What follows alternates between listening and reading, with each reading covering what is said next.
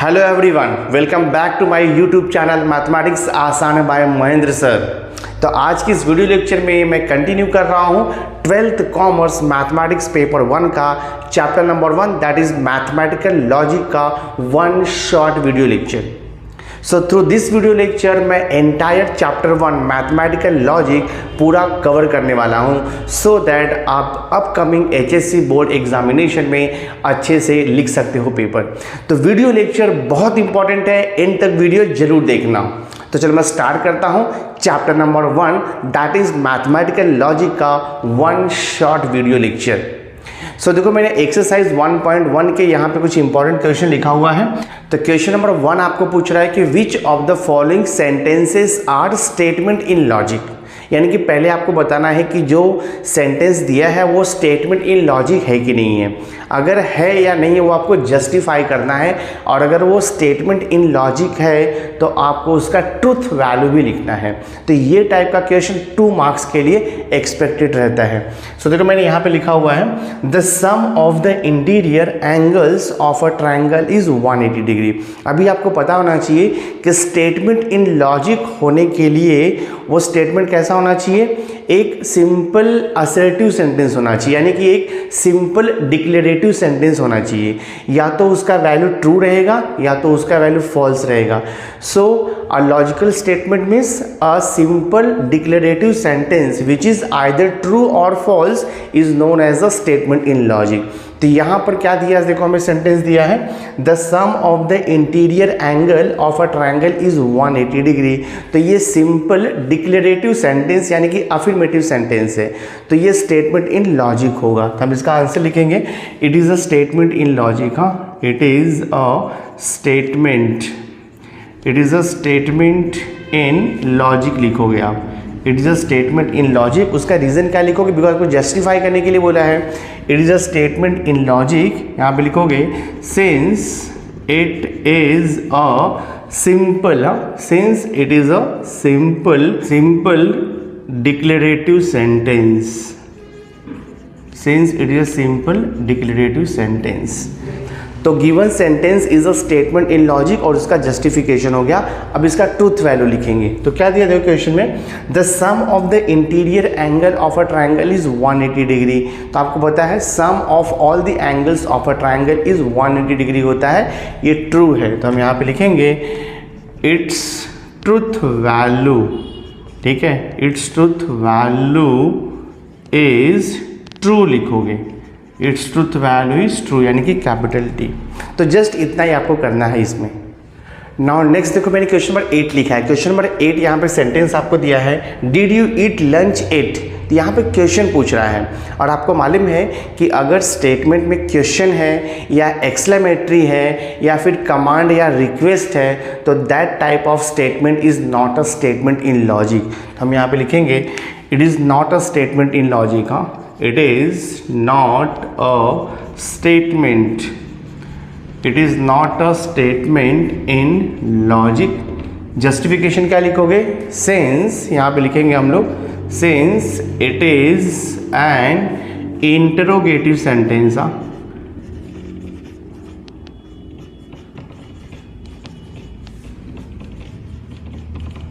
Since it is an interrogative sentence, therefore it is not a statement in logic। तो जब ये statement in logic नहीं है तो इसका truth value भी नहीं आएगा। नेक्स्ट देखो मैंने इंपॉर्टेंट क्वेश्चन लिया है एक्सरसाइज 1.2 से। तो एक्सरसाइज 1.2 का क्वेश्चन नंबर 1 है express the following statement in symbolic form, यानी कि आपको स्टेटमेंट दिया रहेगा और उसे आपको सिंबॉलिक फॉर्म में लिखना है। तो मैंने तो यहाँ पर थर्ड क्वेश्चन लिया हुआ है। क्वेश्चन है मिल्क इज वाइट और ग्रास इज ग्रीन। तो ऑलवेज रिमेंबर जब भी आपको सिंबॉलिक फॉर्म लिखना रहेगा तो पहले हम 2 सिंपल स्टेटमेंट लिखेंगे, उसके बाद फिर हम उसे सिंबॉलिक फॉर्म में कन्वर्ट करेंगे। तो यहाँ पे आपको स्टेटमेंट दिया है मिल्क इज वाइट और ग्रास इज ग्रीन। तो यहाँ पर 2 सिंपल स्टेटमेंट है, पहला है मिल्क इज वाइट और सेकंड है ग्रास इज ग्रीन, और दोनों को कंबाइन करने के लिए यहाँ पे और यूज़ किया है। और क्या है, लॉजिकल कनेक्टिव से आपको मालूम है, उसे हम बोलते हैं डिसजंक्शन। तो देखो कैसे स्टार्ट करना है इसका सॉल्यूशन। पहले आप स्टेटमेंट लिखोगे पी मिल्क इज वाइट, ठीक है, मिल्क इज़ वाइट, ये आपका स्टेटमेंट फर्स्ट हो गया। सेकेंड स्टेटमेंट को क्यों लिखेंगे, आपको दिया है ग्रास इज़ ग्रीन, तो हम यहाँ पे लिखेंगे ग्रास इज़ ग्रीन लिख देंगे हम लोग, ठीक है। उसके बाद हम लिखेंगे symbolic form, therefore symbolic form is, तो आप लिखोगे देयरफॉर सिंबॉलिक फॉर्म इज़। पहले क्या दिया है, मिल्क इज़ वाइट, यानी कि पी लिखोगे, फिर लिखा है और, तो और के लिए आपको पता है डिसजंक्शन आता है, तो और के लिए डिसजंक्शन सिंबल है। और उसके बाद फिर क्या लिखा है, ग्रास इज़ ग्रीन, तो उसके लिए आप क्यू लिखोगे, तो ये हो गया आपका symbolic form P disjunction Q, या आप उसे रीड कर सकते हो पी और क्यू। नेक्स्ट देखो, मैंने फोर्थ इंपॉर्टेंट क्वेश्चन लिया है, even though it is cloudy it is still raining. तो ऑलवेज रिमेंबर, जब भी इवन दो आ गया, स्टिल आ गया, दो आ गया, तो वहाँ पे आपको कंजंक्शन यूज़ करना है, यानी कि बट, यानी कि एंड वहाँ पर यूज़ करना है आपको। तो हम क्या करेंगे, पहले दो सिंपल स्टेटमेंट लिखेंगे। तो पहले हम लोग यहाँ पे लिखेंगे let P be the statement it is cloudy, even though नहीं आएगा इसमें, आप लिखोगे इट इज़ क्लाउडी। फिर आप लिखोगे स्टेटमेंट क्यू, यहाँ पे क्या लिखा है, इट इज़ स्टिल रेनिंग, तो आप जस्ट लिखोगे इट इज़ रेनिंग, तो हम यहाँ पे लिखेंगे इट इज़ रेनिंग, ठीक है, इट इज़ रेनिंग। तो स्टेटमेंट पी हो गया it is cloudy, statement Q हो गया इट इज़ रेनिंग। अब हम लिखेंगे सिंबॉलिक फॉर्म, सो देयरफॉर ये हो जाएगा symbolic form, symbolic form is. तो जैसे कि मैंने आपको बताया, अगर स्टेटमेंट में इवन दो आता है, स्टिल आता है, तो वहाँ पर आपको कंजंक्शन यूज़ करना है, यानी कि एंड, यानी कि बट यूज़ करना है। तो इसका सिंबॉलिक फॉर्म आएगा पी कंजंक्शन क्यू। तो ये कंजंक्शन है, या आप इसे बट बोलो, एंड बोलो, स्टिल बोलो, इवन दो बोलो, तो पी एंड क्यू ये आपका सिंबॉलिक फॉर्म हो गया। देखो नेक्स्ट मैंने मोस्ट इंपॉर्टेंट क्वेश्चन लिया हुआ है, क्वेश्चन नंबर 2 का थर्ड। तो क्वेश्चन यहाँ पे दिया है, write the truth values of the following statement pattern, यानी कि आपको बताना है कि जो गिवन स्टेटमेंट है उसका ट्रुथ वैल्यू क्या आएगा, ट्रू आएगा या फॉल्स आएगा। तो यहाँ पे क्वेश्चन है, a quadratic equation has 2 distinct roots और 6 हैज़ 3 प्राइम फैक्टर्स। तो ऑलवेज रिमेंबर, जब भी आपको स्टेटमेंट का ट्रुथ वैल्यू लिखना है तो सबसे पहले हम उसे सिंबॉलिक फॉर्म में कन्वर्ट करेंगे। एक बार सिंबॉलिक फॉर्म में कन्वर्ट हो जाएगा तो उसका ट्रुथ वैल्यू लिखना बहुत ही आसान हो जाएगा। तो पहले मैं इसे सिंबॉलिक फॉर्म में कन्वर्ट करता हूँ। तो पहले हम लिखेंगे स्टेटमेंट पी, स्टेटमेंट की पी क्या रहेगा, a quadratic equation has 2 distinct roots, और यहाँ पे देखो और दिया है, तो और मतलब यहाँ पे डिसजंक्शन यूज़ किया हुआ है। तो फर्स्ट स्टेटमेंट लिखोगे आप, अ क्वाड्रेटिक इक्वेशन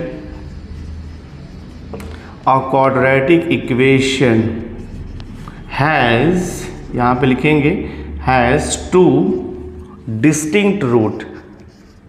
डिस्टिंक्ट का मतलब होता है डिफरेंट, रूट्स मतलब सॉल्यूशन, यानी कि x का वैल्यू। तो हमने स्टेटमेंट P लिखा, a quadratic equation has 2 distinct roots. अब हम लिखेंगे स्टेटमेंट Q, स्टेटमेंट Q आएगा 6 हैज़ 3 प्राइम फैक्टर्स। तो यहाँ पे लिखोगे 6 हैज़ 3 प्राइम फैक्टर्स, ठीक है, 6 has 3 prime factors, this way.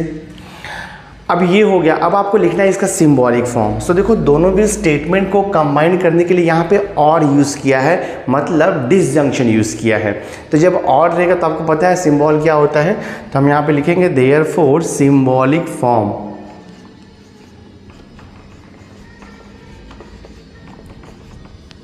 Therefore symbolic form is क्या आएगा, P आएगा, और यहाँ पे और है तो डिसजंक्शन आएगा और ये Q आएगा, P और Q। एक बार सिंबॉलिक फॉर्म हो गया, उसके बाद अब हम इसका ट्रुथ वैल्यू लिखेंगे।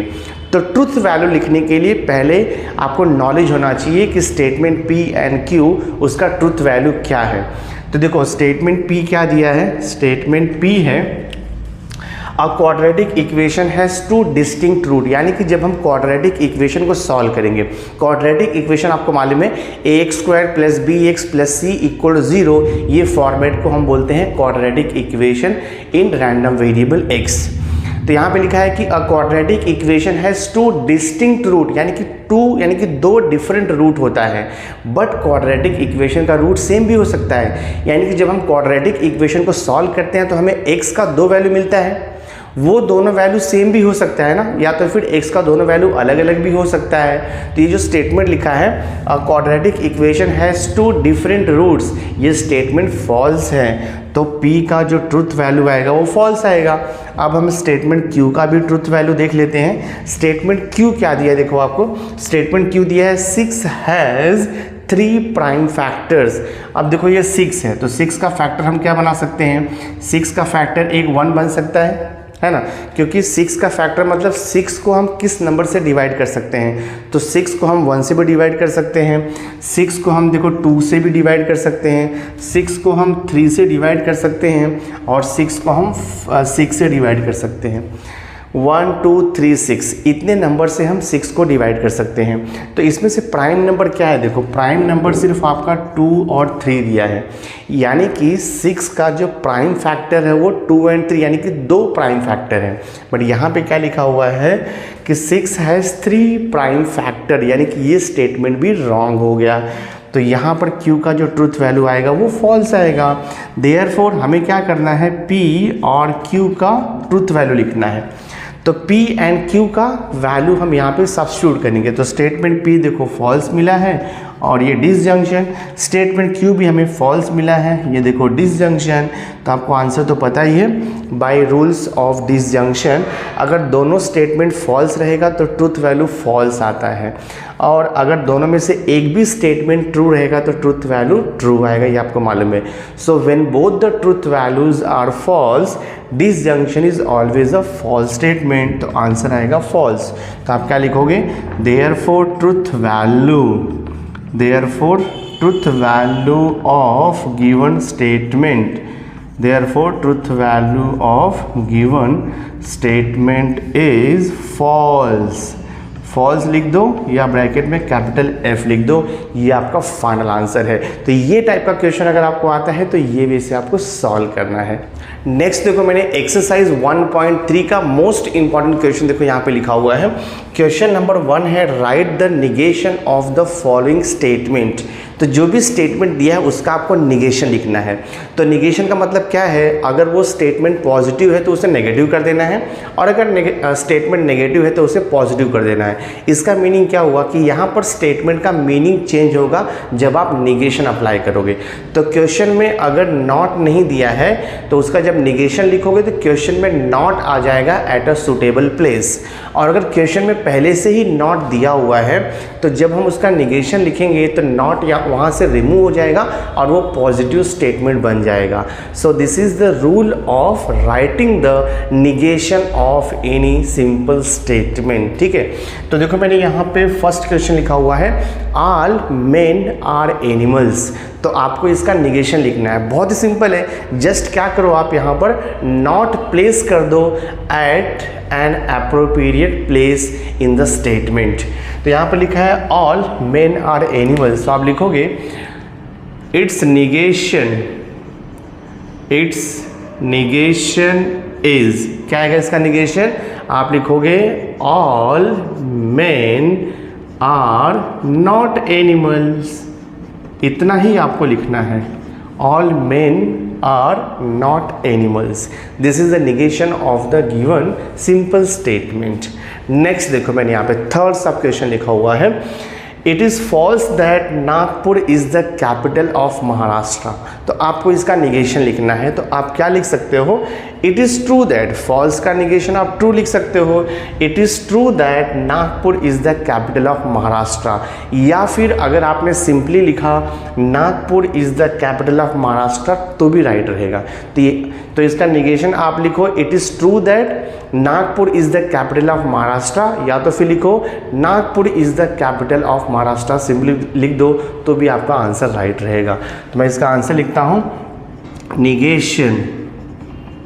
निगेशन इज, आप लिखोगे नागपुर इज़ द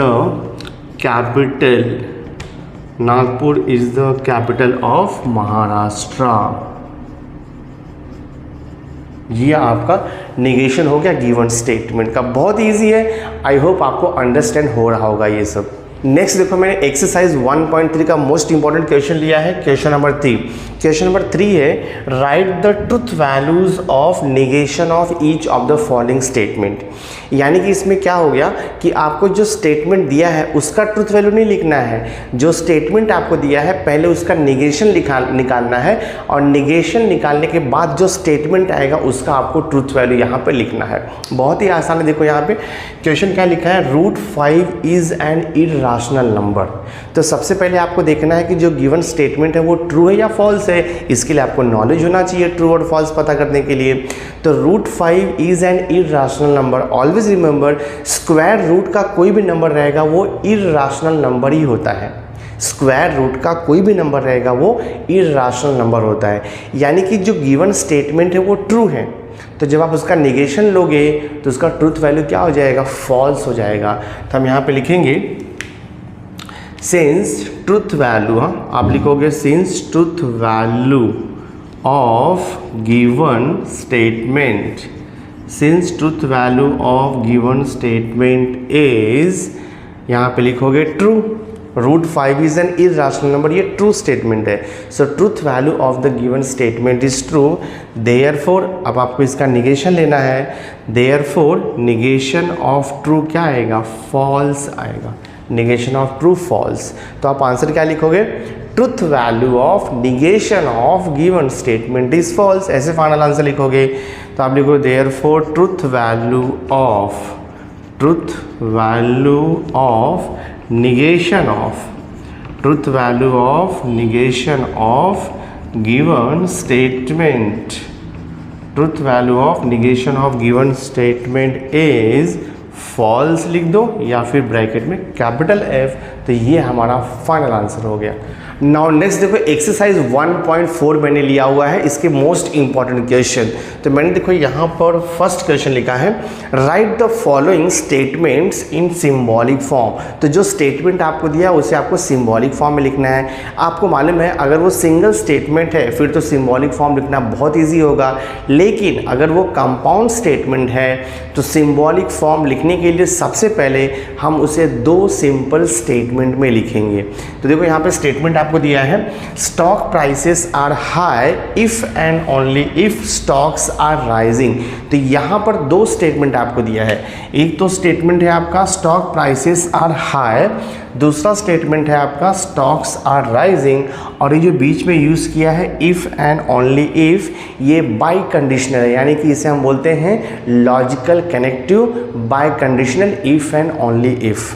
तो पहले हम 2 सिंपल स्टेटमेंट लिखेंगे, उसके बाद हम उसका सिंबॉलिक फॉर्म लिखेंगे। तो मैं यहाँ पे देखो लिखूँगा, let P be the statement. First statement क्या आएगा आपका, स्टॉक प्राइसेस आर हाई, ये होगा फर्स्ट स्टेटमेंट। सेकेंड स्टेटमेंट आप क्यों लिखोगे, स्टॉक्स आर राइजिंग, यहाँ पर आप लिखोगे स्टॉक्स आर राइजिंग। ठीक है, स्टॉक्स आर राइजिंग। अब ये दोनों स्टेटमेंट को कंबाइन करने के लिए यहाँ पे लॉजिकल कनेक्टिव कौन सा यूज़ किया है, बाय कंडीशनल, या उसे हम बोलते हैं double implication, if and only if. Therefore आप लिखोगे symbolic form, therefore symbolic form is, पहले स्टेटमेंट P दिया है, उसके बाद क्या यूज़ किया है, इफ़ एंड ओनली इफ़। तो इफ़ एंड ओनली इफ़ का सिंबल देखो ये है, इसे हम बोलते हैं डबल इम्प्लीकेशन, या इसे हम बोलेंगे बाय कंडीशनल। और यहाँ पर आएगा आपका Q। तो ये देखो सिंबॉलिक फॉर्म हो गया। आप इसे रीड करोगे P डबल इम्प्लाइज Q। बहुत ही आसान है, आपने सॉल्व कर दिया इसे। देखो नेक्स्ट मैंने यहाँ पे क्वेश्चन लिखा हुआ है, क्वेश्चन नंबर 2। क्वेश्चन नंबर 2 है, find the truth value of the following statement pattern. तो देखो मैंने यहाँ पे थर्ड सब क्वेश्चन लिखा हुआ है। क्वेश्चन है यहाँ, तो क्वेश्चन है, every accountant is free to apply his own accounting rules if and only if machinery is an asset. यहाँ पे देखो आपको 2 स्टेटमेंट है। पहला स्टेटमेंट है, every accountant is free to apply his own accounting rules, और इसे कनेक्ट करने के लिए क्या यूज़ किया है, bye conditional, if and only if use किया हुआ है। मशीनरी इज़ एन एसेट, ये आपका सेकंड स्टेटमेंट है। तो सबसे पहले इसका ट्रुथ वैल्यू अगर आपको लिखना है तो हम इसे सिंबॉलिक फॉर्म में कन्वर्ट करेंगे। एक बार सिंबॉलिक फॉर्म में कन्वर्ट करेंगे तो ट्रुथ वैल्यू लिखना बहुत ईजी हो जाएगा। तो मैं यहाँ पे लिखता हूँ इसका सॉल्यूशन, देखो लेट पी, स्टेटमेंट पी क्या रहेगा, every accountant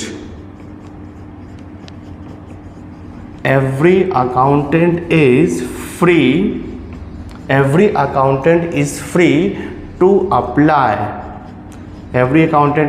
to apply his own accounting rules, ठीक है, his own accounting rules। ये आपका स्टेटमेंट पी हो गया। अब हम स्टेटमेंट क्यू को लिखेंगे। तो स्टेटमेंट क्यू देखो दिया है, machinery is an asset, machinery is an asset, ठीक है, मशीनरी इज एन एसेट। ये हो गया आपका, दो स्टेटमेंट हो गया। पहला स्टेटमेंट हो गया P, every accountant is free to apply his own accounting rules, और सेकंड हो गया आपका मशीनरी इज एन एसेट। इसके बाद हम सिंबॉलिक फॉर्म लिखेंगे। देयरफॉर आप लिखोगे सिंबॉलिक फॉर्म, ठीक है, सिंबॉलिक फॉर्म देखो इसका क्या आएगा, सिंबॉलिक फॉर्म आएगा P डबल इम्प्लाइज Q आएगा, ठीक है, P double implies Q, because यहाँ पे इफ़ एंड ओनली इफ़ दिया है तो ये बाय कंडीशनल स्टेटमेंट है। इसके बाद आपको इसका ट्रुथ वैल्यू लिखना है। तो आपको नॉलेज होना चाहिए कि जो स्टेटमेंट यहाँ पे P एंड Q दिया है वो ट्रू है या फॉल्स है, ये आपको पता होना चाहिए। तो स्टेटमेंट P का देखते हैं ट्रुथ वैल्यू क्या आएगा। स्टेटमेंट P का ट्रुथ वैल्यू, स्टेटमेंट P है every accountant is free to apply his own accounting rules. ये फॉल्स स्टेटमेंट है, बिकॉज अकाउंटिंग रूल्स जो है वो चार्टेड इंस्टीट्यूट, बिकॉज जो अकाउंटिंग रूल्स है वो इंस्टीट्यूट जो, तो ये स्टेटमेंट फॉल्स है, बिकॉज एवरी अकाउंटेंट अपना खुद का रूल नहीं बना सकता। रूल जो है स्टैंडर्ड रहता है, जो कि गवर्नमेंट डिसाइड करती है, वो स्टैंडर्ड रूल रहता है, ठीक है।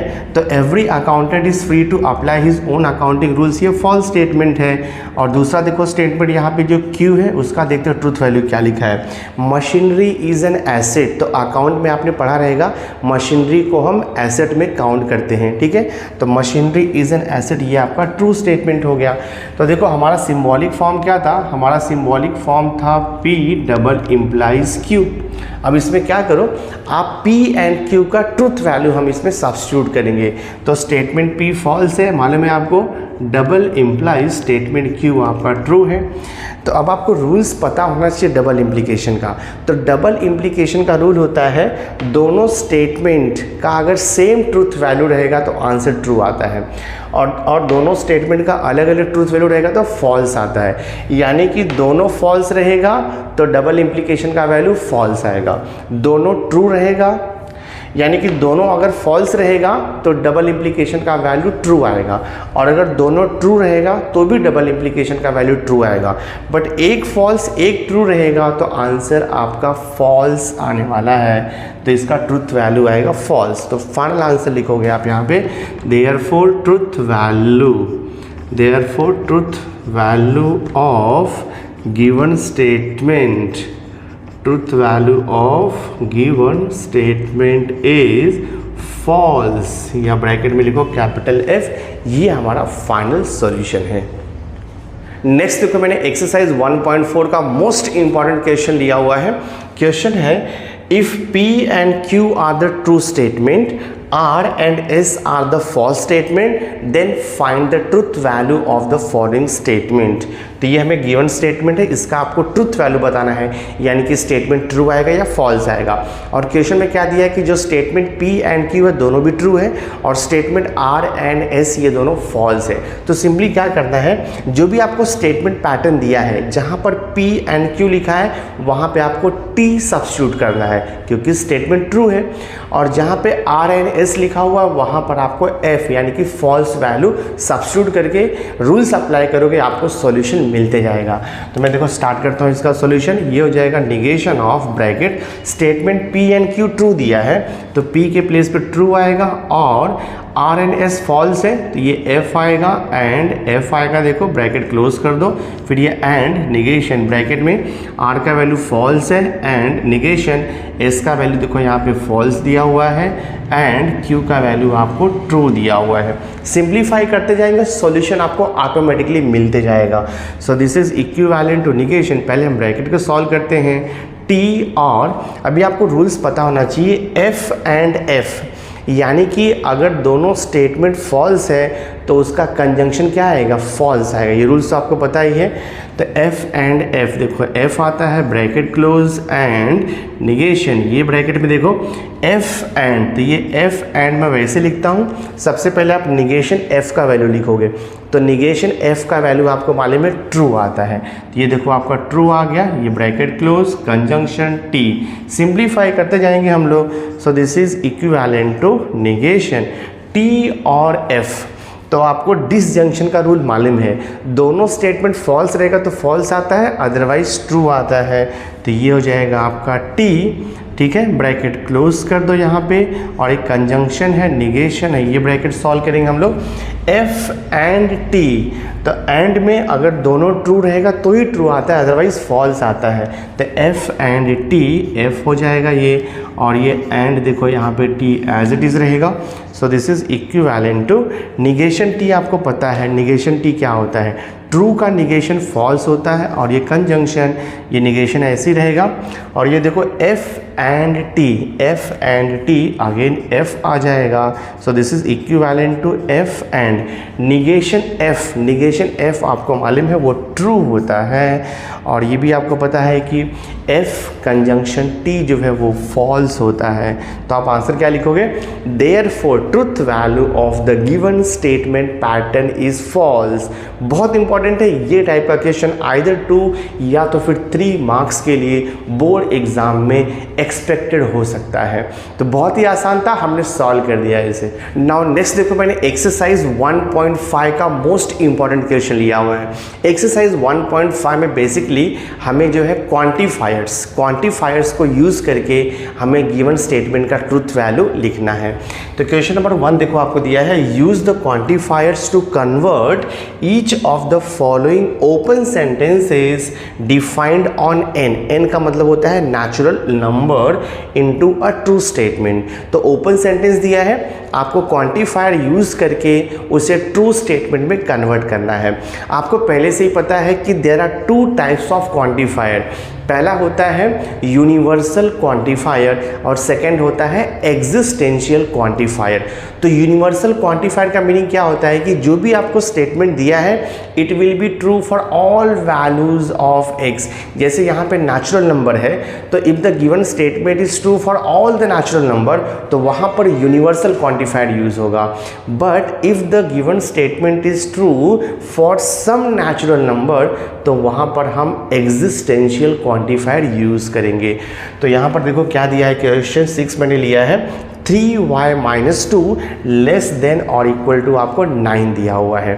ठीक है, तो हमें क्या करना है, अब ये y क्या है, y जो है एक नेचुरल नंबर है, यानी कि अगर मैं y का डिफरेंट वैल्यूज पुट करूँगा, अगर ये कंडीशन सेटिस्फाइड करेगा तो हम उसे कन्वर्ट कर सकते हैं तो हम उसे कन्वर्ट कर सकते हैं ट्रू स्टेटमेंट में। तो देखते हैं कौन कौन सा वैल्यू सेटिस्फाइड करता है, क्योंकि यहाँ पे देखो n आपको दिया है नेचुरल नंबर, तो y का वैल्यू आपको मालूम है नेचुरल नंबर 1 से स्टार्ट होता है। तो पहले मैं y का वैल्यू 1 लेकर के देखता हूँ कि ये स्टेटमेंट ट्रू है या नहीं। तो मैं यहाँ पे लेता हूँ लेट y इक्वल टू 1, ठीक है, अज्यूम कर लेते हैं हम लोग let y is equal to 1। तो y का वैल्यू अगर आप 1 पुट करोगे तो क्या हो जाएगा, ये 3 × 1 - 2 लेस देन और इक्वल टू 9। 3 × 1 3, 3 - 2 1 आएगा, तो 1 लेस देन और इक्वल टू 9। ये सेटिस्फाइड कर रहा है, मतलब ट्रू आ रहा है। ठीक है, अब दूसरा वैल्यू मैं चेक करता हूँ, let y is equal to, मैं नेक्स्ट नेचुरल नंबर 2 ले लेता हूँ। तो y का वैल्यू मैं यहाँ पे 2 सब्स्टिट्यूट करूँगा ना, तो देखो 3 × 2 - 2 लेस देन और इक्वल टू 9। 3 × 2 = 6, 6 - 2 किया तो 4 आएगा, 4 इज ऑल्सो लेस देन 9, ये भी ट्रू हो गया। अब नेक्स्ट वैल्यू मैं चेक करता हूँ, लेट यहाँ पर y इज इक्वल टू, मैंने 3 ले लिया। सब्स्टिट्यूट करते हैं हम यहाँ पर, ये हो जाएगा 3 × 3 -2 <= 9, 3 3 = 9, 9 - 2 कितना हो जाएगा 7 <= 9, ये भी ट्रू है। नेक्स्ट वैल्यू मैं लेता हूँ y का नेचुरल नंबर, लेट y = मैंने 4 ले लिया, देखते क्या आता है। तो ये हो जाएगा आपका 3 × 4 -2 <= 9, 3 4 = 12, 12 - 2 किया तो 10 आएगा, 10 <= 9, नॉट ट्रू, हाँ, विच इज़ नॉट ट्रू आ रहा है। दैट मीन्स अगर मैं नेचुरल नंबर y का वैल्यू 1 लूँगा, 2 लूँगा, 3 लूँगा तो जो गिवन कंडीशन है वो सेटिस्फाइड करेगा। लेकिन अगर मैंने y का वैल्यू नेचुरल नंबर 4 ले लिया, 5 ले लिया, 6 ले लिया, 7 ले लिया तो गिवन जो कंडीशन है वो सेटिस्फाइड नहीं करेगा। यानी कि ये स्टेटमेंट ट्रू है for natural number y = 1 to 3 के लिए। यानी कि given statement is not true for all the natural number, and when the given statement is not true for all the natural number हम वहाँ पर यूज़ करेंगे existential quantifier. तो आप यहाँ पे लिखोगे देयरफॉर, देयर एग्जिस्ट, इसे हम बोलते हैं एग्जिस्टेंशियल क्वांटिफायर। देयर एग्जिस्ट आप लिखोगे y = 1 2 3 belongs to natural number such that, क्या दिया statement, such that 3y - 2 <= 9 is a true statement, is a true statement। तो ये फाइनल आंसर है, सम सॉल्व हो गया आपका। नेक्स्ट देखो, मैंने एक्सरसाइज 1.6 का मैं मोस्ट इंपॉर्टेंट क्वेश्चन सॉल्व करने वाला हूँ for your upcoming HSC 2023 board examination. तो मैंने एक्सरसाइज 1.6 का क्वेश्चन नंबर 1 लिया है। क्वेश्चन नंबर 1 में बोल रहा है कि prepare the truth table for the following statement pattern. तो देखो मैंने फर्स्ट क्वेश्चन लिखा है P इम्प्लाइज, ब्रैकेट में है निगेशन P और Q, तो हमें इसका ट्रुथ टेबल फॉर्म करना है। तो ट्रुथ टेबल फॉर्म करने के लिए सबसे पहले आप आइडेंटिफाई करोगे कि कितना स्टेटमेंट है। यहाँ पे 2 स्टेटमेंट रहेगा तो सिर्फ P एंड Q मेंशन किया रहेगा, 3 स्टेटमेंट रहेगा तो P, Q एंड R भी मेंशन किया रहेगा। तो जब 2 स्टेटमेंट रहेगा P एंड Q तो टोटल 4 कॉम्बिनेशन बनता है। कैसे लिखते हैं हम, देखो यहाँ पे स्टेटमेंट P लिखोगे, फिर स्टेटमेंट Q लिखोगे। अब देखो क्या क्या रिक्वायरमेंट है कॉलम का। एक तो हमें दिया है निगेशन P, तो हम एक कॉलम बनाएंगे निगेशन P का। अब देखो निगेशन P का Q के साथ डिसजंक्शन है, तो एक कॉलम आपका सेपरेट बनेगा, निगेशन P और Q बनेगा, ठीक है। उसके बाद फिर ये हम ये पूरा स्टेटमेंट पैटर्न एक लेंगे, तो ये हो जाएगा P इम्प्लाइज, ब्रैकेट में निगेशन P और Q, तो इतना कॉलम बनेगा आपका, ठीक। तो स्टेटमेंट P एंड Q कैसे लिखते हैं आपको पता है, दोनों भी स्टेटमेंट ट्रू हो सकता है, राइट, या फिर फर्स्ट ट्रू सेकंड फॉल्स हो सकता है, या फिर फर्स्ट फॉल्स सेकंड ट्रू हो सकता है, या फिर दोनों फॉल्स हो सकता है। सिंपल वे क्या करना है आपको, स्टेटमेंट P को 2 बार ट्रू लिखना है, 2 बार फॉल्स लिखना है, और स्टेटमेंट Q को ट्रू फॉल्स आपको ऑल्टरनेट लिखना है। अब आपको रूल्स पता होना चाहिए। तो निगेशन P लिखना है, स्टेटमेंट P का हमें निगेशन लिखना है, तो ट्रू का निगेशन फॉल्स होता है, ट्रू का निगेशन फॉल्स होता है, फॉल्स का निगेशन ट्रू आएगा, फॉल्स का निगेशन ट्रू आएगा, मालूम है आपको। नेक्स्ट क्या दिया है, निगेशन P और Q, यानी कि ये जो निगेशन P वाला कॉलम है इसका Q के साथ हमें क्या चाहिए, डिसजंक्शन चाहिए। तो डिसजंक्शन का रूल आपको मालूम है, दोनों स्टेटमेंट फॉल्स रहेगा तो फॉल्स आएगा डिसजंक्शन, अदरवाइज ट्रू आता है। दोनों स्टेटमेंट फॉल्स नहीं है तो ट्रू आएगा, दोनों स्टेटमेंट फॉल्स है तो फॉल्स आएगा, दोनों स्टेटमेंट ट्रू है और ये देखो ट्रू है। तो ये कॉलम कंप्लीट हो गया। अब लास्ट कॉलम जो है वो स्टेटमेंट पैटर्न का है। क्या दिया है, P इम्प्लाइज दिस, यानी कि P first column implies this column, second last column. तो आपको रूल पता होना चाहिए, T इम्प्लाइज F, जहाँ पे रहेगा वहाँ पे F लिखना है, बाकी सब आपको ट्रू लिखना है। तो T इम्प्लाइज T, देखो T आएगा, T इम्प्लाइज F, F आता है, बाकी सब ट्रू। हाँ, F इम्प्लाइज T, ये भी T आएगा, F इम्प्लाइज T, ये भी T आएगा। सो this is the truth table for the given statement pattern solve हो गया ये। नाउ नेक्स्ट देखो, मैंने एक्सरसाइज 1.6 का क्वेश्चन नंबर 2 लिया है as a most important question. तो क्वेश्चन नंबर 2 आपको पूछ रहा है कि examine whether the given statement patterns are tautology और कॉन्ट्राडिक्शन और कॉन्टिजेंसी। तो जब भी आपको टॉटोलॉजी, कॉन्ट्राडिक्शन, कॉन्टिजेंसी आइडेंटिफाई करने को आएगा तो सबसे पहले गिवन स्टेटमेंट पैटर्न का हम ट्रुथ टेबल फॉर्म करेंगे। तो ट्रुथ टेबल फॉर्म करने के बाद ही आपको समझेगा कि वो स्टेटमेंट पैटर्न कौन से टाइप का है, दैट इज़ टॉटोलॉजी है या फिर कॉन्ट्रडिक्शन है या फिर कॉन्टिजेंसी है। सो मैं देखो सबसे पहले इसका ट्रुथ टेबल फॉर्म करता हूँ। तो गिवन स्टेटमेंट पैटर्न में 2 स्टेटमेंट यहाँ पे यूज़ किया है, ठीक है, एक है P और दूसरा है Q। तो सबसे पहले मैं यहाँ पे 2 स्टेटमेंट लिखता हूँ P एंड Q। क्या क्या कॉलम्स रिक्वायर्ड है, देखो यहाँ पे हमें चाहिए निगेशन P, तो मैं लिख देता हूँ निगेशन P। फिर हमें चाहिए निगेशन Q का भी रिक्वायरमेंट है, तो मैं देखो निगेशन Q लिख दिया मैंने। फिर देखो ये ब्रैकेट दिया है P इम्प्लाइज निगेशन Q, तो हमें यहाँ पे लिखना होगा P इम्प्लाइज निगेशन Q। उसके बाद हमें ये पूरा स्टेटमेंट पैटर्न लिखना होगा लास्ट कॉलम में। तो ये हो जाएगा आपका निगेशन P इम्प्लाइज ब्रैकेट में P इम्प्लाइज निगेशन Q। अब हम इसका ट्रुथ वैल्यू फाइंड आउट करेंगे। तो स्टेटमेंट P एंड Q का तो फिक्स रहता है, कैसे लिखना है हमें। स्टेटमेंट P को आप 2 बार ट्रू लिखोगे और 2 बार फॉल्स लिखोगे। स्टेटमेंट Q को हम ट्रू फॉल्स ऑल्टरनेट लिखेंगे, ट्रू फॉल्स ऑल्टरनेट रहेगा। तो स्टेटमेंट P एंड Q तो फिक्स हो जाता है। उसके बाद देखो आपको निगेशन P दिया है, यानी कि स्टेटमेंट P का निगेशन लिखना है।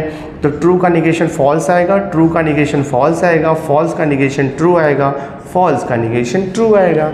नेक्स्ट देखो यहाँ पे निगेशन Q। तो स्टेटमेंट Q का निगेशन लिखना है, ट्रू का निगेशन फॉल्स आएगा, फॉल्स का निगेशन ट्रू आएगा, ट्रू का निगेशन फॉल्स आएगा, फॉल्स का निगेशन ट्रू आएगा। नेक्स्ट कॉलम है P इम्प्लाइज निगेशन Q।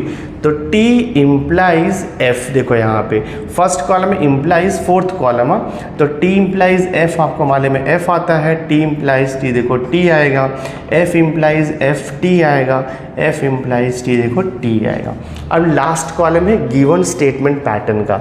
तो उसमें क्या करना है आपको, ये जो निगेशन P है, निगेशन P और ये कॉलम का क्या चाहिए आपको, इम्प्लीकेशन चाहिए। तो देखो F इम्प्लाइज F, तो आप क्या लिखोगे, F इम्प्लाइज F ट्रू होता है, F इम्प्लाइज T, देखो T होता है, T इम्प्लाइज T, T आएगा और T इम्प्लाइज T, T आएगा। तो ये देखो लास्ट का कॉलम। तो जो लास्ट का कॉलम है ना, ऑल ट्रूथ वैल्यू ट्रू है। तो when the last column of truth table gives all truth value true, that means given statement pattern is a tautology. और लास्ट का कॉलम अगर सब F वैल्यू रहेगा, यानी कि सब फॉल्स रहेगा, तो वो कॉन्ट्राडिक्शन होता है। और लास्ट का कॉलम अगर ट्रू और फॉल्स मिक्स वैल्यू रहेगा, उसे हम बोलते हैं कॉन्टिजेंसी। तो इसका आंसर क्या लिखोगे आप यहाँ पे, since the last column of truth table, since the last column of truth table contains all truth values true, since the last column of truth table contains all truth values true, therefore given statement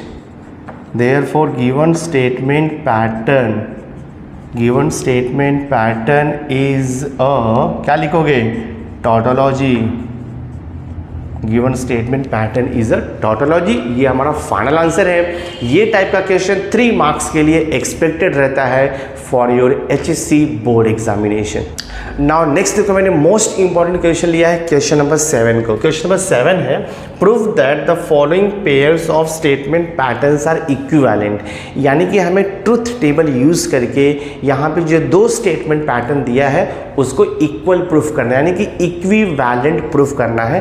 तो truth table से बहुत easily आपको answer मिलेगा। पहला statement pattern है P double implies Q, और second statement pattern है P implies Q and Q implies P। तो हम क्या करेंगे, ये दोनों का ट्रुथ टेबल फॉर्म करेंगे। सो मैं देखो यहाँ पे लिखता हूँ दो स्टेटमेंट इसका सॉल्यूशन, एक हो गया P और दूसरा हो गया Q। हमें क्या क्या रिक्वायरमेंट है, हमें चाहिए P डबल इम्प्लाइज Q, तो एक कॉलम बन जाएगा आपका P डबल इम्प्लाइज Q का, ठीक है, ये आपका स्टेटमेंट पैटर्न हो गया। नेक्स्ट कॉलम आपका इसका बनेगा P इम्प्लाइज Q का, एक कॉलम बनाना होगा आपको P इम्प्लाइज Q, और एक कॉलम बनेगा आपका Q इम्प्लाइज P, और एक कॉलम ये पूरा कंबाइंड बनेगा आपका डिसजंक्शन। तो यहाँ पे आएगा P इम्प्लाइज Q, और ये देखो कंजंक्शन Q इम्प्लाइज P, ये आपका इतना कॉलम बनेगा। और हम इसे कॉलम नंबर दे देंगे, ये आपका देखो फर्स्ट कॉलम हो गया, सेकंड कॉलम, ये थर्ड कॉलम, ये फोर्थ है, ये फिफ्थ है, और ये सिक्स्थ कॉलम हो गया। तो ये कॉलम नंबर 1 हो गया, दिस इज़ 2, ये हो गया आपका 3, देन राइट हियर 4, और ये 5, और ये 6 कॉलम हो गया। तो यहाँ पर जो कॉलम नंबर देखो 3 दिया है, कॉलम नंबर 3 और जो कॉलम नंबर 6 है, ये स्टेटमेंट पैटर्न है। फर्स्ट स्टेटमेंट पैटर्न है P इम्प्लाइज Q, जो कि कॉलम नंबर 3 में है, और सेकंड स्टेटमेंट पैटर्न है P implies Q and Q implies P, वो कॉलम नंबर 6 में है। तो हमें इसे इक्विवेलेंट प्रूफ करना है, यानी कि कॉलम नंबर 3 और कॉलम नंबर 6 का ट्रुथ वैल्यू जो है वो इक्वल यानी कि सेम आना चाहिए, तो ये प्रूफ हो जाएगा। तो स्टार्ट करते देखो हम लोग यहाँ पे स्टेटमेंट P एंड Q कैसे लिखना है आपको मालूम है। स्टेटमेंट P को आप लिखोगे 2 बार ट्रू लिखोगे और 2 बार फॉल्स लिखोगे। स्टेटमेंट Q को हम ट्रू फॉल्स ऑल्टरनेट लिखेंगे। तो ये देखो आपका हो जाएगा ट्रू फॉल्स, ये हो गया देखो आपका ट्रू फॉल्स। नेक्स्ट दिया है P डबल इम्प्लाइज Q, तो P डबल इम्प्लाइज Q का रूल्स तो आपको पता है। P डबल इम्प्लाइज Q का रूल क्या होता है, दोनों स्टेटमेंट का ट्रूथ वैल्यू अगर सेम रहेगा तो ट्रू आता है, और अगर अलग अलग रहेगा तो फॉल्स आता है। दोनों स्टेटमेंट का सेम ट्रूथ वैल्यू है तो ट्रू लिखोगे, अलग अलग है तो फॉल्स लिखोगे, अलग अलग है तो फॉल्स लिखोगे, सेम है तो ट्रू लिखोगे। नेक्स्ट P इम्प्लाइज Q, तो P इम्प्लाइज Q में always remember T implies F रहेगा तो F आता है, बाकी सब ट्रू आता है। तो T इम्प्लाइज T आएगा, T इम्प्लाइज F आता है, बाकी सब ट्रू। F इम्प्लाइज T भी T आएगा, F इम्प्लाइज F भी T आएगा। नेक्स्ट कॉलम सेम ऐसे ही है Q इम्प्लाइज P का, तो T इम्प्लाइज T देखो T आएगा, F इम्प्लाइज T ये भी T आएगा, T इम्प्लाइज F ये F आएगा, F इम्प्लाइज F ये ट्रू आएगा। लास्ट कॉलम क्या है, इन दोनों कॉलम का कंजंक्शन, और कंजंक्शन का रूल आपको मालूम है, दोनों स्टेटमेंट अगर ट्रू रहेगा तो उसका कंजंक्शन ट्रू आएगा, अदरवाइज फॉल्स आता है।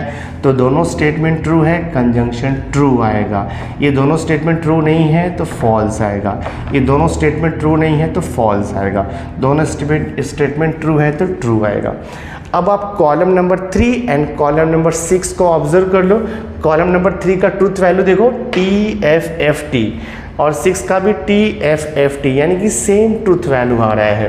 कॉलम नंबर 3 और कॉलम नंबर 6 का ट्रूथ वैल्यू आपको सेम मिल रहा है। तो आप इसका आंसर लिखोगे from column number 3 and column number 6, from column number 3 and column number 6 truth values are identical, truth values are identical, truth values are identical मतलब सेम है। Therefore क्वेश्चन क्या पूछा था, prove that the pair of statement patterns are equivalent, तो आप लिखोगे therefore given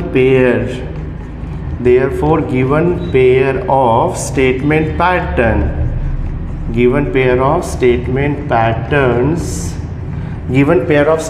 patterns are equivalent, है ना, equivalent।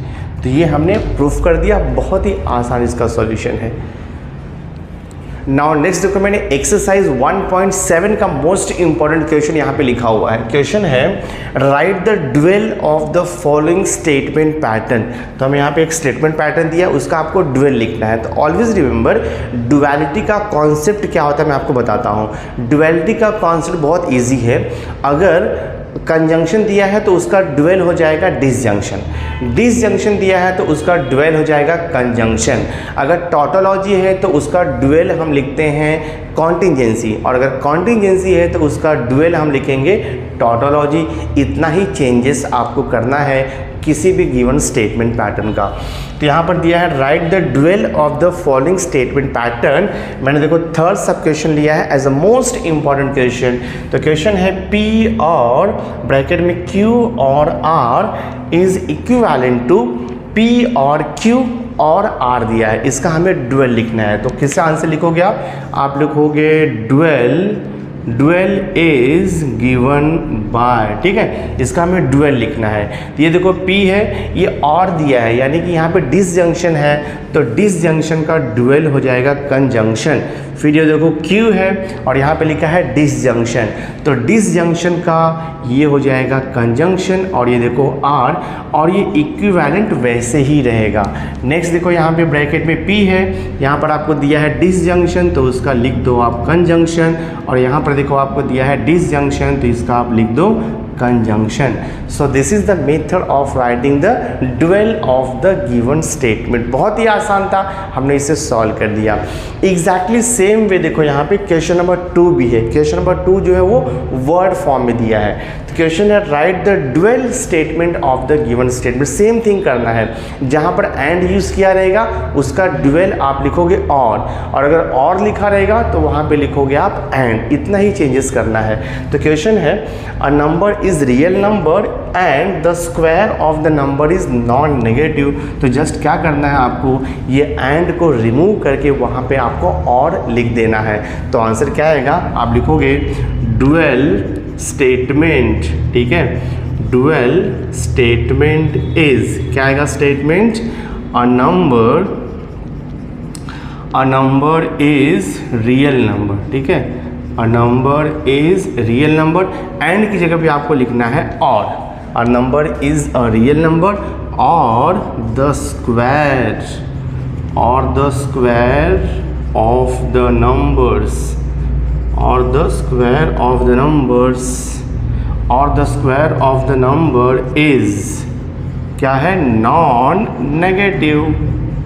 तो ये हो गया आपका ड्यूअल स्टेटमेंट। बहुत ही ईजी है, 2 मार्क्स के लिए बोर्ड एग्जाम में एक्सपेक्टेड रहता है। नेक्स्ट देखो मैंने एक्सरसाइज 1.8 का मोस्ट इंपॉर्टेंट क्वेश्चन लिखा हुआ है। क्वेश्चन है write the negation of each statement, ठीक है। तो स्टेटमेंट यहाँ पे दिया है all the stars are shining if it is night. तो यहाँ पर देखो इफ़ यूज़ किया है, तो ऑलवेज रिमेंबर जब भी इफ़ यूज़ किया रहेगा दैट मीन्स वो कंडीशनल स्टेटमेंट। यहाँ पे देन साइलेंस है। तो सबसे पहले मैं गिवन स्टेटमेंट को देखो रीअरेंज कर देता हूँ। सेम स्टेटमेंट को आप ऐसे भी लिख सकते हो, if it is night, if it is night, then यहाँ पे दिया नहीं, आप देन लिख सकते हो बिकॉज इफ़ आया तो देन आएगा ही वहाँ पे। If it is night then all the stars, हाँ यहाँ पे लिखोगे आप all the stars are shining, ठीक है, all the stars are shining. So if it is a night then all the stars are shining. इसका हमें क्या लिखना है, इसका हमें लिखना है निगेशन लिखना है। तो निगेशन लिखने के पहले आपको इसे सिंबॉलिक फॉर्म में कन्वर्ट करना होगा। तो मैं देखो सिंबॉलिक फॉर्म लिखता हूँ। तो पहले हम लिखेंगे स्टेटमेंट पी। स्टेटमेंट पी आएगा इट इज़ नाइट, हाँ वहाँ पे इफ़ नहीं आएगा। तो स्टेटमेंट पी में आप लिखोगे इफ़ इट इज़ नाइट, ठीक है, इफ़ इट इज़ नाइट। ये हो गया आपका स्टेटमेंट पी हो गया। स्टेटमेंट क्यू लिखोगे all the stars are shining. तो हम यहाँ पे लिखेंगे स्टेटमेंट क्यू में ऑल द स्टार्स, हाँ आप लिखोगे all the stars are shining आएगा। देखो यहाँ पे all the stars are shining. उसके बाद हम इसका सिंबॉलिक फॉर्म लिखेंगे। तो आप लिखोगे therefore symbolic form, therefore symbolic form is, symbolic form if then है तो इम्प्लीकेशन आएगा, यानी कि कंडीशनल स्टेटमेंट आएगा। तो सिंबॉलिक फॉर्म इसका हो जाएगा P इम्प्लाइज Q। अब इसके बाद हम इसका निगेशन लिखेंगे। सो देयरफॉर क्या आएगा, negation of P implies Q। तो negation of P implies Q का फॉर्मूला है, कंडीशनल स्टेटमेंट है, बाय कंडीशनल है, कंजंक्शन है, डिसजंक्शन है, निगेशन ऑफ निगेशन है, सबका फॉर्मूला हमें दिया हुआ है। तो negation of conditional conditional statement, negation of P implies Q का फॉर्मूला होता है P एंड निगेशन Q, ये फॉर्मूला होता है। अब ये तो जो है सिंबल के फॉर्म में है, बट हमारा जो क्वेश्चन था वो क्या था, वर्बल फॉर्म में था।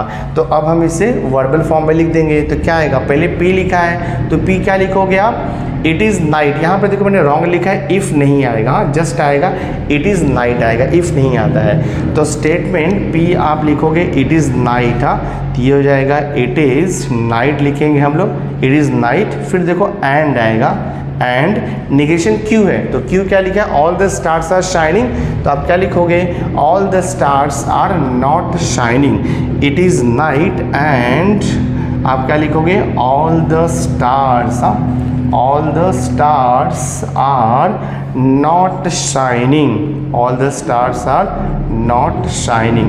तो ये हो गया हमारा negation of the given statement। Now next देखो क्वेश्चन नंबर 2 है, मैंने इसे मोस्ट इंपॉर्टेंट क्वेश्चन लिया है। क्वेश्चन नंबर 2 है, using the rules of the negation right the negation of the following statement pattern. तो मैंने देखो यहाँ पे फर्स्ट क्वेश्चन लिया है P implies R and Q। तो हम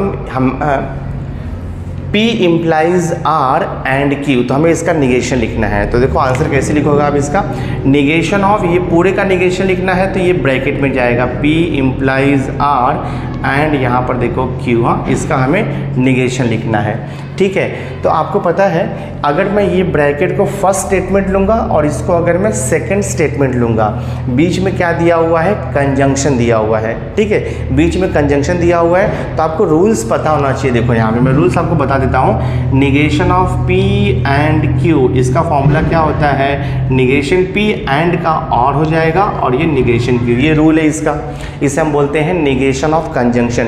तो सेम रूल अप्लाई करोगे, जस्ट क्या करना है, ये P के प्लेस पे आपका ये ब्रैकेट आएगा, P इम्प्लाइज R आ जाएगा। तो आप यहाँ पे क्या लिखोगे, निगेशन ऑफ ब्रैकेट में P इम्प्लाइज R, एंड का क्या होता है मालूम है आपको, एंड का और हो जाता है और निगेशन यहाँ पर भी आएगा, निगेशन Q। और यहाँ पे हम क्या लिखेंगे, कौन सा रूल अप्लाई किया है, बाय निगेशन ऑफ कंजंक्शन। तो आपको मेंशन करना पड़ेगा बाय निगेशन ऑफ कंजंक्शन, हाँ, बाय निगेशन ऑफ कंजंक्शन। ठीक है, बाय निगेशन ऑफ कंजंक्शन। ठीक है, so this is equivalent to. Further हम इसे सॉल्व करेंगे।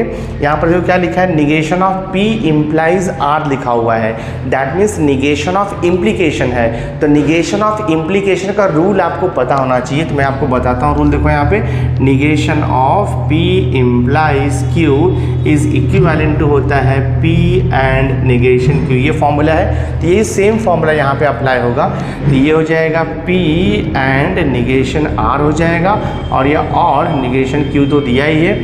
यहाँ पे रूल क्या लिखोगे, by negation of implication, by negation of implication, या फिर आप लिख सकते हो by negation of conditional statement.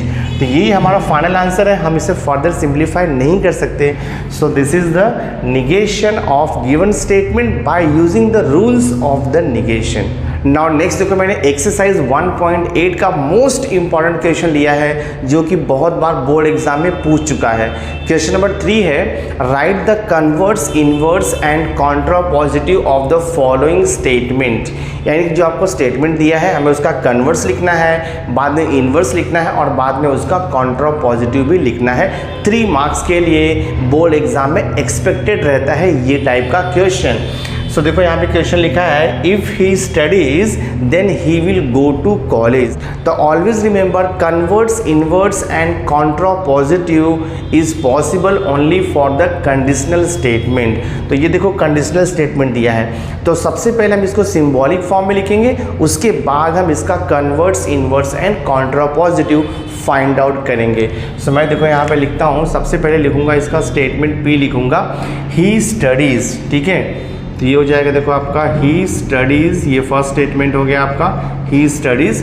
फिर हम स्टेटमेंट Q लिखेंगे, he will go to college. मैं देखो यहाँ पे लिख रहा हूँ he will go to college. ठीक है, he will go to college. ये सेकंड स्टेटमेंट हो गया। तो सबसे पहले हम इसका कन्वर्स लिखेंगे, पर उसके पहले हम सिंबॉलिक फॉर्म लिखेंगे। देयरफॉर आप लिखोगे सिंबॉलिक फॉर्म लिखोगे। Symbolic form is, if then है तो सिंबॉलिक फॉर्म में इम्प्लीकेशन आएगा, यानी कि कंडीशनल आएगा। तो मैं देखो यहाँ पे लिखूंगा symbolic form is P implies Q। ये सिंबॉलिक फॉर्म हो गया। एक बार आपको सिंबॉलिक फॉर्म मिल गया तो उसका कन्वर्स, इन्वर्स एंड कॉन्ट्रापॉजिटिव आप इजीली लिख सकते हो। तो हम इसका कन्वर्स लिखेंगे। देखो तो इसका कन्वर्स क्या आएगा, converse is P implies Q का कन्वर्स होता है Q इम्प्लाइज P। ठीक है, ये इसका कन्वर्स हो गया। अब हम इसे वर्ड में लिखेंगे। तो वर्ड में क्या आएगा, कन्वर्स Q इम्प्लाइज P है, मतलब क्या हो गया, if he will go to college then he will study. तो आप लिखोगे यहाँ पे if he will go to college, if he will go to college then, यहाँ पे लिखोगे देन ही स्टडीज। ठीक है ना, ये हो गया आपका converse. If he will go to college then he studies. अब हम इन्वर्स लिखेंगे। देखो इसका, तो इसका इन्वर्स स्टेटमेंट लिखोगे आप, इन्वर्स इज।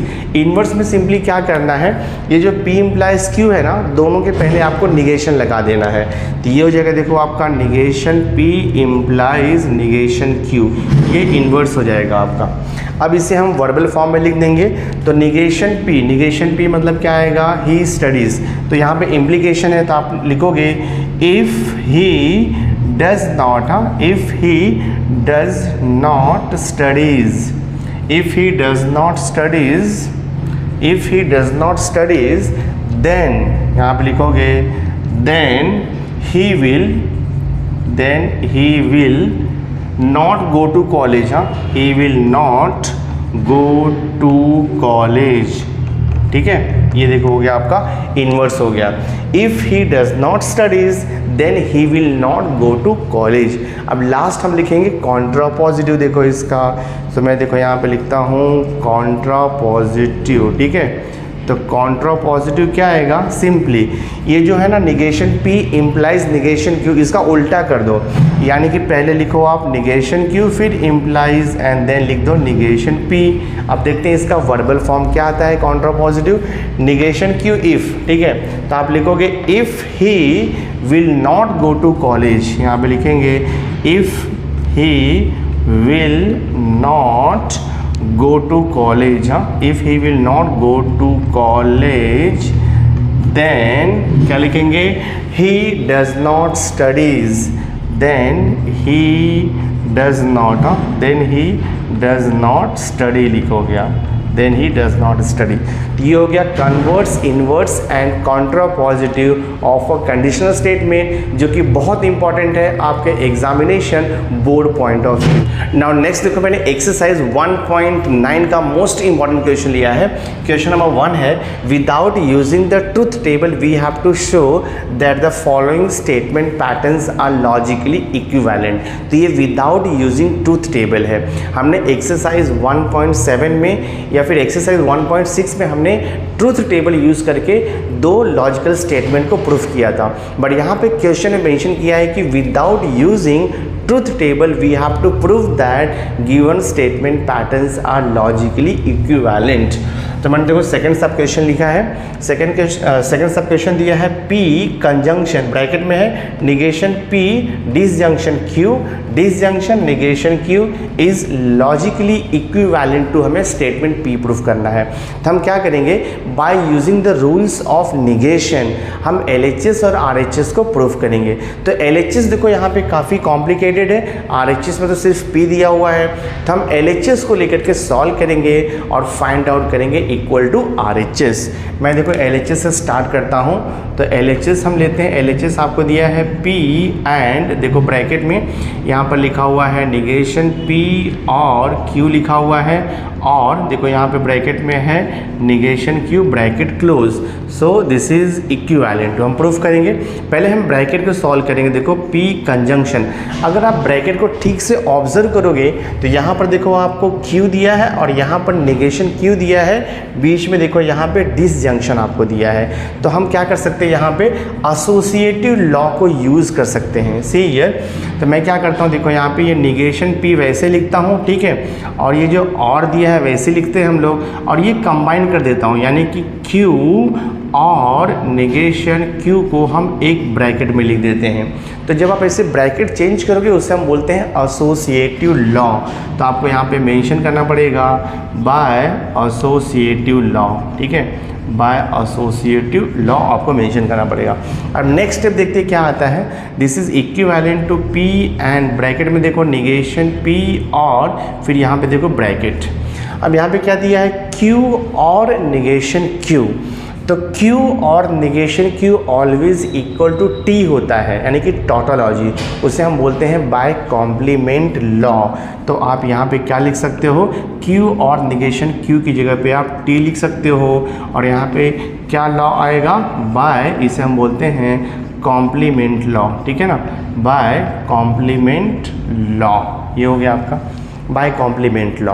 नेक्स्ट देखो क्या है, अभी फर्दर सिंप्लीफाई करते हैं। This is equivalent to P and देखो ब्रैकेट में यहाँ पर देखो क्या दिया है, नेगेशन P और T दिया है। तो T मतलब टॉटोलॉजी है, तो टॉटोलॉजी का नेगेशन P के साथ में यहाँ पे डिसजंक्शन है। तो by rule of identity law, by identity law negation P और T इज नथिंग बट यहाँ पर T होता है, ये आइडेंटिटी लॉ है। आप यहाँ पे लिखोगे बाय आइडेंटिटी लॉ, बाय लिखेंगे हम यहाँ पे आइडेंटिटी लॉ। अब देखते हैं next step. This is equivalent to P and T, यानी कि P कोई भी स्टेटमेंट है उसका T यानी कि टॉटोलॉजी के साथ में कंजंक्शन है, तो ये P आता है। This is also called as by identity law, ठीक है, बाय आइडेंटिटी लॉ। तो ये जो मैं यहाँ पे लिख रहा हूँ ना, by associative law, by complement law, by identity law, ये आपको लिखना कंपलसरी है बोर्ड एग्जाम में। अदरवाइज अगर आप डायरेक्ट आंसर लिखोगे और ये लॉ को मेंशन नहीं करोगे तो आपका मार्क्स डिडक्ट होगा वहाँ पर। तो देखो हमने यहाँ पे प्रूफ कर दिया है, LHS को मैंने सिंप्लीफाई किया और देखो हमें RHS मिल गया है स्टेटमेंट P। तो आप यहाँ पे लिखोगे which is equivalent to RHS, हम क्या लिखेंगे, हेंस प्रूव्ड, ठीक है, हेंस प्रूव्ड। तो विदाउट यूजिंग ट्रूथ टेबल हमने इसे प्रूफ कर दिया, तो सम सॉल्व हो गया ये। नाउ नेक्स्ट देखो मैं अभी आपको एक्सरसाइज 1.10 के मोस्ट इंपॉर्टेंट क्वेश्चन आपको सॉल्व करके देने वाला हूं। तो एक्सरसाइज 1.10 में बेसिकली हमें वेन डायग्राम यूज करके सॉल्व करना है। तो देखो मैंने यहाँ पे क्वेश्चन नंबर 1 लिखा हुआ है। क्वेश्चन नंबर 1 है express the truth of the following statement by using the Venn diagram. So देखो मैंने यहाँ पे फर्स्ट क्वेश्चन लिखा हुआ है। क्वेश्चन नंबर 1 है some hard working students are obedient. तो जैसे कि आपको पता है कि टोटल 4 टाइप्स का वेन डायग्राम बनता है। पहला होता है ऑल एक्स आर वाई, फिर होता है सम एक्स आर वाई, फिर थर्ड होता है some X are not Y, and fourth होता है नो एक्स आर वाई। तो ये टाइप का वेन डायग्राम बनता है। तो यहाँ पे क्या लिखा है, some hard working students are obedient. तो यहाँ पे सम एक्स आर वाई के टाइप का डायग्राम बनेगा, यानी कि दो वेन डायग्राम बनेगा और इसमें आपको कॉमन दिखाना है। तो सबसे पहले स्टार्ट कैसे करना है, आपको स्टार्ट कैसे करना है, आप लिखोगे यहाँ पे यूनिवर्सल सेट यू लिखोगे। अभी स्टूडेंट जो है ह्यूमन बीइंग से रिलेटेड है, तो यू में क्या आएगा आपका set of all human being आएगा। Set of all human being लिखेंगे हम लोग यहाँ पे, set of all human beings लिख देंगे, ठीक है, set of all human beings. अब क्वेश्चन में क्या दिया है आपको, हार्ड वर्किंग स्टूडेंट दिया है और ओबीडियंट स्टूडेंट दिया है, तो दो अलग अलग सेट लिखेंगे। तो हार्ड वर्किंग स्टूडेंट को मैं H लिख देता हूँ सेट। तो let H be the set of all hard working student, ठीक है, let H be the set of all hard working student. ये हमने यहाँ पे लिख दिया। उसके बाद O दिया है आपको, तो यहाँ पे लिखोगे आप O, क्या आएगा, सेट ऑफ ऑल, यहाँ पर लिखोगे obedient student, set of all obedient student हम यहाँ पे लिखेंगे। ये हो गया। उसके बाद आप ड्रॉ करोगे अभी वेन डायग्राम। तो वेन डायग्राम कैसे बनाएंगे हम लोग, पहले आपको यहाँ पे एक यूनिवर्सल सेट बनाना है। ये देखो यूनिवर्सल सेट हो गया U। अब ये diagram some X are Y के टाइप का वेन डायग्राम है। तो हम क्या करेंगे, इसके अंदर देखो ऐसा दो सेट बनाएंगे इंटरसेक्शन वाला। एक सेट है वो क्या रहेगा आपका, हार्ड वर्किंग स्टूडेंट है। सेकंड सेट क्या आपका रहेगा, ओबीडियंट स्टूडेंट है। और ये देखो बीच में कॉमन पोर्शन है। तो यही जो पोर्शन है ना, ये पोर्शन इंडिकेट करेगा कि some hard working students are obedient student.